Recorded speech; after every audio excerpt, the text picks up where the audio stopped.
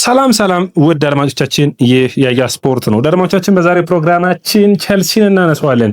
ቸልሲ የቅድመ ውድድር ጨዋታን አጠናቋል። ሪያል ሶሴዳድን ማሸነፍ ችሏል። ታዲያ በሪያል ሶሴዳዱ ጨዋታ ላይ ምን ተረዳን የሚሉትን 5 ነጥቦች፣ ዝውውሩን ደግሞ እናነሳለን። ቸልሲ በጣም የሚገርም ቡድን ነው ማለት በዝውውር ረገዱ አድማጮቻችን፣ ለእኔ ራሱ ከቀን ወደ ቀን የሚገርሙ አይነት ውሳኔዎች፣ የሚገርሙ አይነት አመለካከቶችን እያሳየ ይገኛል። ለፔድሮ ኔቶ ቸልሲ የጠየቀውን ገንዘብ የምታዩ ከሆነ አድማጮቻችን፣ እኔ አንዳንዴ እኛና ቸልሲ ማለት እንደ እግር ኳስ ዋጋውና የቸልሲ ዋጋ አመዳደብ ምንድን ነው የሚያስብል ነው። ዛሬ ያየሁት ዜና ለፔድሮ ኔቶ ቸልሲ እንግዲህ ለማለው ጉስቶ 75 ሚሊዮን ፓውንዶችን ጠይቋል። አሁን ከ130 ሚሊዮን ፓውንድ በላይ ሊጠይቅ ይችላል ለፔድሮ ኔቶ የሚሉ የዝውውር መረጃዎችን እያየው ይገኛሉ። አድማጮቻችን ትንሽ እውነታ አላቸው ወይ የሚለው ትንሽ አጠራጣሪ ቢሆንም እንግዲህ ሳይመን ፊሊፕስ ነው ዘግቦት ያየሁት። ምክንያቱም ከቸልሲ ለኤደን ሃዛርድ ከወጣው ገንዘብ በላይ እየጠየቀ ይገኛል የሚል ነው። ትንሽ ለመቀበል አስቸጋሪ የሚሆን ይመስለኛል።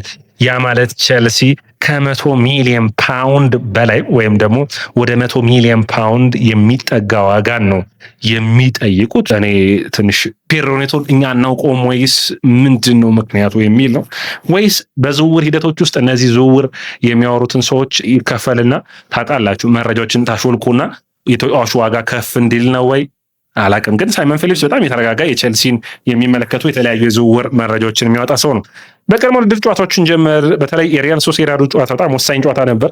ምን ወሳኝ አድርገዋል? ኤንዞ ፈርናንዴዝ ወደ ሜዳ የተመለሰበት ነው። ኤንዞ ፈርናንዴዝ በከፍተኛ ተቃውሞና በኋላ ደግሞ አጨብጭበው ተቀብለውታል። የኤንዞ ፈርናንዴዝ አዲሱ ሚና ማለት በሚቻል ሁኔታ ዣቪ አሎንሶ ሜዳ ላይ ሲያደርግ የነበረውን ለኤንዞ ፈርናንዴዝ የሚያስተምረው ይመስለኛል። ያንን በሚመለከት እናየዋለን። ሞርጋን ሮጀርስ ላኳ ተቸግሯሉ። አድማጮቻችን ፔፔ ቻባሬን እናነሳችኋለን።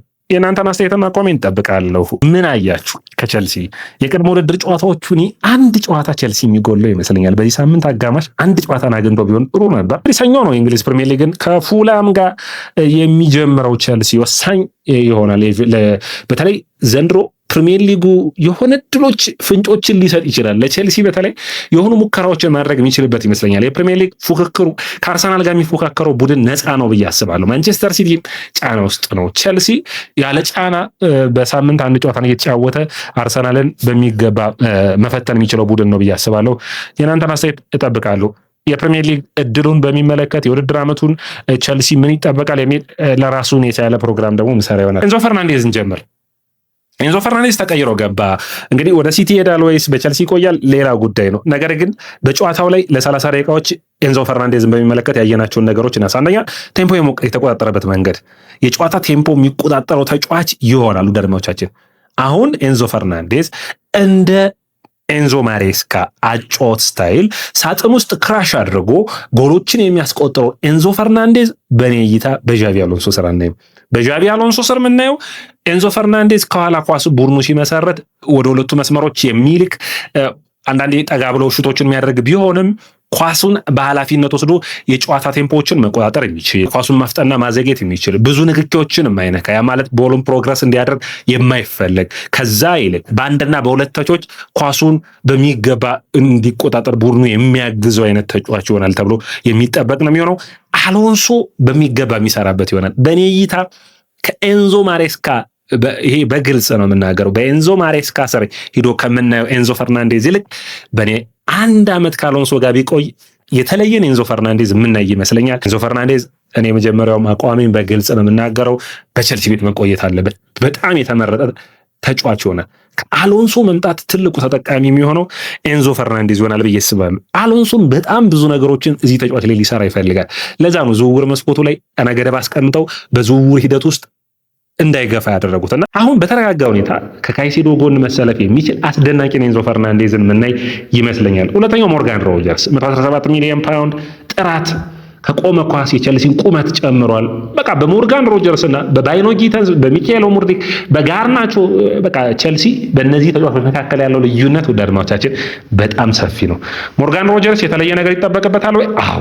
ነገር ግን አሁን ባለው ራሱ አንደኛ ድሪብል ላይ ማድረግ ብቃቱ ቦል ፕሮግሬሽኑን እንግዲህ እንዳያችሁት ነው ውድ አድማጮቻችን ከጃኦ ፔድሮ በኔታ ጃኦ ፔድሮ እንዲሁም ደግሞ በመስመሮች መካከል ጥሩ ሩጫዎችን የሚያደርጉ ከሆነ ሁለቱ ፉልባኮች ማርኮ ፔሌስትሪን እና እንዲሁም ደግሞ ፔፔ ቻቫሪን ምርጥ የሚሆኑ ከሆነ ሁለቱ መስመሮች ጥሩ ከሆነ ጃኦ ፔድሮ እንዲሁም ደግሞ ሁለቱ የ10 ቁጥር ሚና የሚኖራቸው ፓልመር እና ሞርጋን ሮጀርስ የተለየ ውድድር ዓመት ያሳልፋሉ። የቼልሲ አጥቂ መስመር በፕሪሚየር ሊጉ ከሚያጓጉት ምርጡም አንዱ ይሆናል ብዬ አስባለሁ። ከዋትኪንስ ጋር የነበራቸውን ጥምረት ከጃኦ ፔድሮ ጋር እናየዋለን። እድሎችን መፍጠር መቻሉ፣ ኳሱን ወደፊት መውሰድ መቻሉ፣ ሳጥን ውስጥ አጨራረሱ፣ በሁለተኛው አጋማሽ ወደ ቀኝ መስመር እየሄደ ከግራ መስመር እየተነሳ የተለያዩ ሩጫዎችን ማድረግ መቻሉ ተመራጭ የሚያደርገው ለዚህ ነው። ቼልሲ 117 ሚሊዮን ፓውንዶችን የሚከፍለው ለዛ ነውና አሁንም ቢሆን ገና የፊትነስ ሌቭሉ ከፍ ብሏል ብዬ አላስብም። ሌላኛው የሚሆነው ላኳን የሚመለከት ነው። ላኳ ተቸግሯል።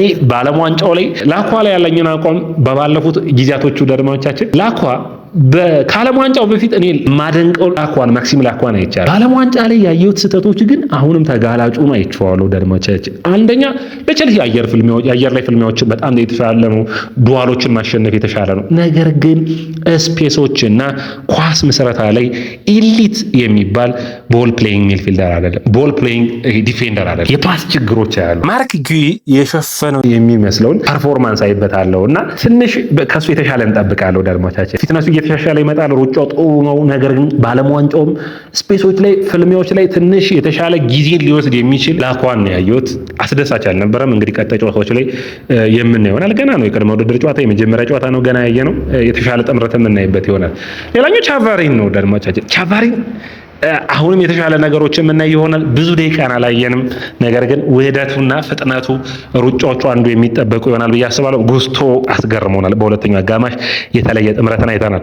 በቀጥታ ወደ ዝውውር መስኮቶቹ ለአቅናና ቼልሲ ምን ያሰበ ነው? ምንስ እያደረገ ነው? ከአዳም ዋርተን ጋር ቀጥተኛው ግንኙነትን ጀምረዋል። ይህ እንግዲህ ጥሩ የሚባል ውሳኔ ይመስለኛል። ምክንያቱም ቼልሲ የኤንዞ ፈርናንዴዝ ጉዳይ ቼልሲ ከዚህ በኋላ በ120 ሚሊዮን ፓውንድ አይደራደርም። በኤንዞ ፈርናንዴዝ 30-140 ሚሊዮን ፓውንዶችን ሊወጣ የሚጠበቅበት ነው የሚሆነው። ኤንዞ ፈርናንዴዝን በሚመለከት ታዲያ እዚህ ችግር ውስጥ የገባው አዳም ዋርተንን የሚያገኝ ከሆነው ደርማዎቻችን አዳም ዋርተንና እኔ ባለፉት ጊዜ አንስቻለሁ ከቫላንቲን ባርኮ ጋር ተመሳሳይ ያጫወት ስታይል አላቸው። የአዳም ዋርተን መምጣት ቫላንቲን ባርኮ በሚቀጥሉት ዓመታቶች በቼልሲ ተመራጭ ተጫዋች የመሆን እድሉን ይቀንሰዋል። ነገር ግን አዳም ዋርተን ደግሞ ኢሊት የሆነ ፓስ ሬንጅ አለው። ስለዚህ በጣም ቼልሲን ከፍ ማድረግ የሚችል ተጫዋች ይሆናል ብዬ አስባለሁ።